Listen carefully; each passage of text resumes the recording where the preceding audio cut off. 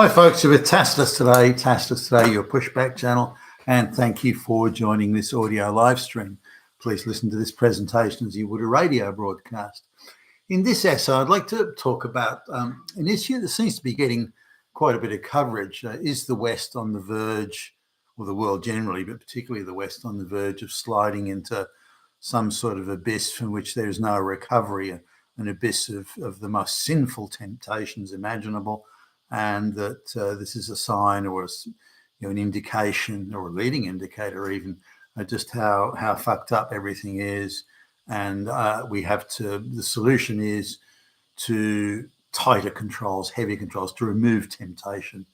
Now, it just so happens that according to the globalist sort of media edifice and structure, that it's if it wasn't for those straight white male damn Christians, there wouldn't be any bad things happening. And to illustrate the point, they'll make huge fanfare about that crazy thing going on in France, where one of the most unattractive women in the whole of France allegedly had men queuing up to have intimate relations with her while she was drugged and comatose. Now, I don't know. This is meant to illustrate how evil these straight white men are. I bet you they're all churchgoers too, the evil Christian men. So I think it's being pumped up for propaganda reasons, whereas anything similar that's done by, or worse, way worse, that's done by brown or black people is heavily played down, whereas this French thing is being given as much impetus and support through the globalist media machine as possible. I think that tells us that it's a useful narrative for globalist propaganda purposes. Whereas, again, if brown and black people do it, then that's played down because it's not useful to globalist propaganda purposes. Nonetheless, on the what so would be the centre right or the right, then the images of sort of Sodom and Gomorrah are invoked, and sodomy, of course, gay marriage, and all this type of thing is waved around, or promiscuity in that community is talked about, whereas the globalists will play it down. So we're really talking about a globalist and a nationalist, one group trying to create and foster social cohesion by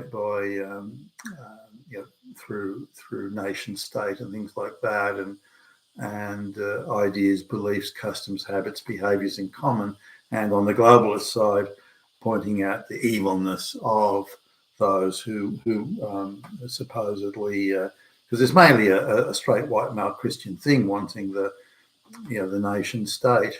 So that's what the globalists attack. And so really we've got 2 points of view about what sort of evilness is represented by the respective positions of the parties on should it be globalization or nation states and that sort of thing. So really it's around that, the idea that either one has a particular sort of moral high ground. Now the globalists want to disrupt and inject as much dysfunction and debilitation into Western society as they can. And there are various devices to do that. So the LGBTQ agenda is a very, very helpful and useful device for that, as is mass migration, as is Islam, as in a whole lot of things that again, around mass migration, that they can bring a victim, the crazy sort of victim race hustling type culture. This is all globalist, and the globalists fan the flames and pour as much fuel on that as they can. But coming back to this idea of what's the solution, now both sides have one, the globalists want, let's tightly control those who would oppose us. So, it's straight white Christian men must be tightly controlled and blamed and history rewritten to present them as the evildoers and all that sort of stuff, which illustrates the illegitimacy of globalization. If you have to rely on so many lies and so many manufactured incidents and so much propaganda to make your case, then then your rigged elections, rigged court cases. If you have to rely on stacking the deck to that extent, then you don't have a legitimate. You can't sell it to the people; they won't buy it. Running around accusing them of being Nazis and evildoers, that isn't working anymore. Although they did work to some extent, at least for a while, or at least it shut up their political opposition. But this idea again of both sides come to the somewhat the same thing. If we remove temptation, then the problem will go away. So the problem is the temptation. And we can look at another recent example where that Lily, what's her face in England, that screwed 100 guys in a day, and I think she's planning something even bigger than that in the future, but 1,000 in a day or something like that, 1,000 in a week or whatever it was. So this again is many are pointing to that as well. Yeah, that's the evidence. Sodom and Gomorrah is here today, and society has slipped into the moral abyss and so on. That's not a good look. That incident is it. So if we just stop Lily from doing that sort of thing, then the temptation for men to participate and so the idea of removing temptation. Now, I don't agree with that. Now, you can say temptation can be that you maintain sort of good moral behavioural standards regardless of temptations. Now, we all have temptations around us, and the range of temptations is whether you look at online porn, or you like me, managed to walk past the chocolate cookie section at the grocery store and not buy any. You really want to test yourself. Walk past all those chocolate cakes and not buy any. So what is should we say that there are always temptations around? Temptations to eat sweet things, temptations to be lazy, temptations. We're talking the 7 deadly sins here. Temptations to be jealous and resentful, temptations to succumb to lust, or all the 7 deadly sins pretty much describe it, which indicates that the idea that the world or any part of it or any society in particular is succumbing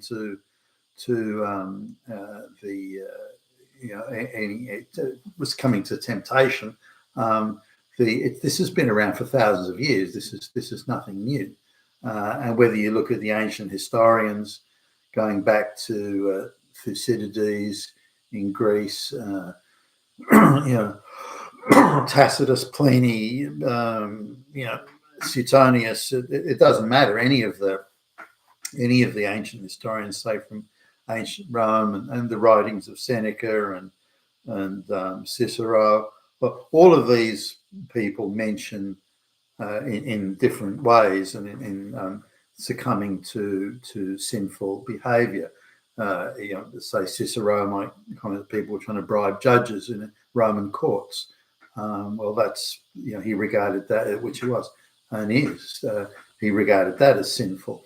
So how do we create a society where no one acts sinfully? Well, I don't think that's possible. It can be aspirational. There can be the religious element where the slightest moral misdemeanor will result in eternal hellfire and damnation. This worked to some extent when the religion advocated that the soul was immortal and the body was a temporary receptacle. So if you sinned, then the soul took the guilt of that sinful act, not simply the body of the moment. So this had to some extent a check on sinful behaviour, that there was an omnipresent God that was watching and knew that if you'd been sinful. The same thing was when I was a kid and around with Santa Claus. If you'd been naughty or something, then Santa Claus might not come, so you better behave. But it comes back to this issue: can you actually remove temptation, and is the removal of temptation a solution to anything? So with temptation all around you, again, whether it's eating sweet things, or whether it's being lazy, or you goof off at work or something, or anything like that is these jealousy, or again the seven deadly sins. Those things should be there because your ability to not succumb would suggest that society is able to inculcate in its citizens a certain degree of moral fibre, and that is the protection. And we can look at things like the 40 days and the 40 nights and various biblical tales and stories that people illustrating how people should not succumb to their base desires or their base inclinations. And again, you look at the parables, the Good Samaritan, that he is without sin cast the first stone, and all that sort of stuff. The widow's mite, for example. All of these things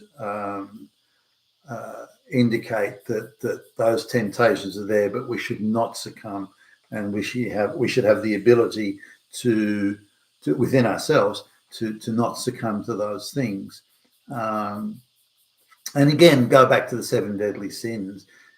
Jealousy. I can't remember what they are now. Jealousy, spite, lust, gluttony, sloth, and so on.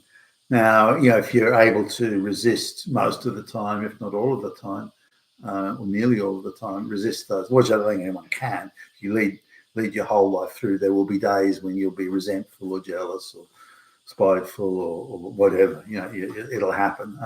But the ability to not succumb to that as a way of life or as a general, day-to-day thing or regular thing, then that's the indication of moral fibre. So I think, from my perspective, that the temptation should stay because the temptations and the amount of them indicate the moral fibre, the moral ballast, if you will, that an individual, indeed a society, has. Now, dangers come when, say, people that come into the West from an outside religion, and they have certain views and behaviours that they regard as important, to say female modesty as a case in point. And they see schoolgirls, 15-year-old, 14-year-old schoolgirls, walking around in, showing lots of flesh, or revelers going out partying on Friday night, those sorts of things, and they view this showing of so much flesh as being only prostitutes do that. Therefore, this person must be a prostitute. As this person is a Christian, I'm not duty bound to treat them with the sort of deference, respect, or whatever that I might someone else. Similarly, if someone did dress like that in our culture, then we would know automatically they were outcast from the religious and moral framework of our society, and could be treated in any way we want to, because they have ceased to be dutiful observers of the religious principles of our society. So there's different things there. The idea that one person has license, one group of people has license to treat others illegally, quite separate from the law. Now, can we tighten up laws to say, well, that moral depravity, for example, the case in France where I think it was alleged 50 men at various stages had engaged in intimate relations with a woman that has to be the most unattractive woman in the whole of France, but somehow engaged in intimate relations with somebody who was comatose. What sort of people are they that would? Who would actually do that, for goodness sakes? But I'm a simple man. I can't understand how rape can take place. Not with any sort of violence, where threat of violence, holding a gun to someone's head. If they're clearly not interested and are viewing the whole exercise as extremely unpleasant, why would anybody want to do it? But then, gee, what do I know? Now, is that an indication of sort of moral fibre or lack of it? This French business. Well, again, the issue is, should the temptations be removed? Punishment should clearly be in place for breaking the law. No problem with that. But how do we create a society where most of the people, most of the time, I think we already have that really, view such sort of thing as being undesirable, unpleasant, amoral, all of this sort of stuff.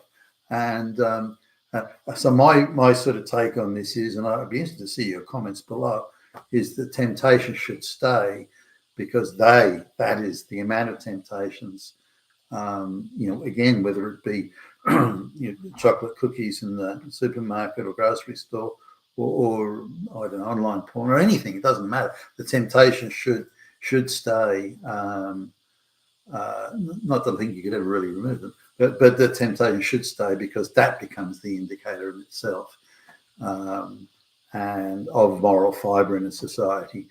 And is society on the verge of moral fibre in a society? And is society on the verge of slipping down, into the abyss? I don't think so. There are those who are given free license to indulge their I think, amoral fantasies or immoral fantasies.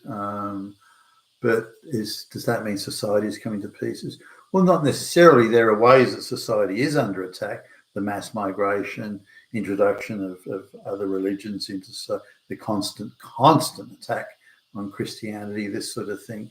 But the LGBTQ rights, victim rights, race hustling, gender hustling, all of those things are assaults in our society. And I don't think they're good, and I think they lead to a good place. And once people are cut loose from their moral moorings, they would be, I think, more susceptible to the temptations that otherwise they may not indulge in. You've been Tacitus today, your Pushback channel. Thank you for listening.